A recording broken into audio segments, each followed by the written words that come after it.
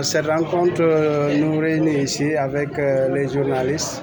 Quand je parle de journalistes, je fais allusion à la presse en ligne, la presse écrite, mais également les animateurs radio et les communicateurs traditionnels. Et ceci pour partager un peu l'objectif et les différentes étapes de cette couverture universelle MILDA, donc une campagne qui se déroulera très prochainement avec la première phase où nous aurons le recensement qui va durer 5 jours à compter du 31 mai au 4 juin.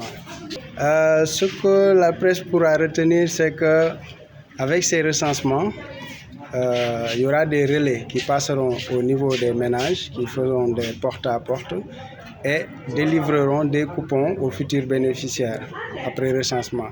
Donc peut-être essayer de mettre l'accent, d'appuyer pour que cette population puisse garder ses coupons car ils en auront besoin au moment de la distribution qui se fera dans les 10 jours qui suivront.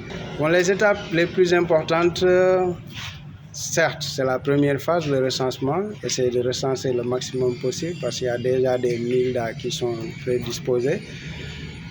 Mais surtout, il y a une étape qui concerne la validation, qui est un comité qui s'en chargera dans les 5 jours qui suivent après les 5 premiers pour octroyer pour le recensement.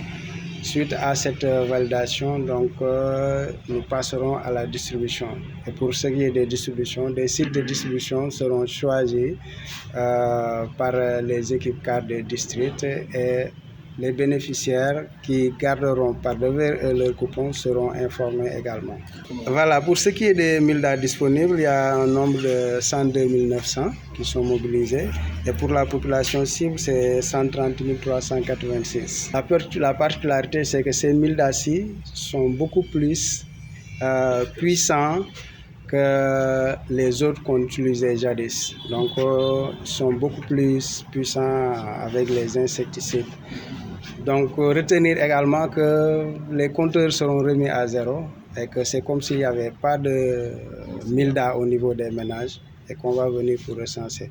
Donc, lancer peut-être un appel à la population d'être beaucoup plus ouvert et répondre aux questions. Ne pas essayer de cacher parce que ça peut entraver lors de la distribution des MILDA. Voilà, pour éviter ces manquements, nous avons mis l'accent sur l'orientation des acteurs communautaires en veillant à ce que les produits, les erreurs commises l'année dernière, je veux dire en 2019, ne se répètent plus. Bon, pour ce qui est des stratégies, je dirais que c'est vrai qu'il y a des efforts qui ont été remarqués. Hein. C'est vrai que les cas ont un peu baissé, mais n'empêche que les 80% des cas recensés de cas de palu au Sénégal, les 80% résident dans l'axe sud, c'est-à-dire les Kaka, Kédougou, Kolda et Tamba.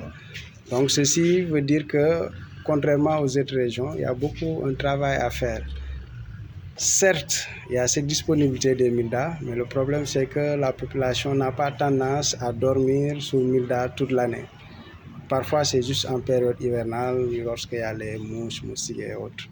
L'appel, ce serait d'être disponible dans les 5 jours qui suivent à compter de demain, mardi 31 mai jusqu'au 4 juin. Parce qu'il y aura des relais qui passeront au niveau des ménages pour le recensement. Maintenant, s'il y a des absences, ça peut déterrer un peu la distribution parce qu'il y aura toujours des personnes qui viendront pour dire que voilà, je n'ai pas été recensé.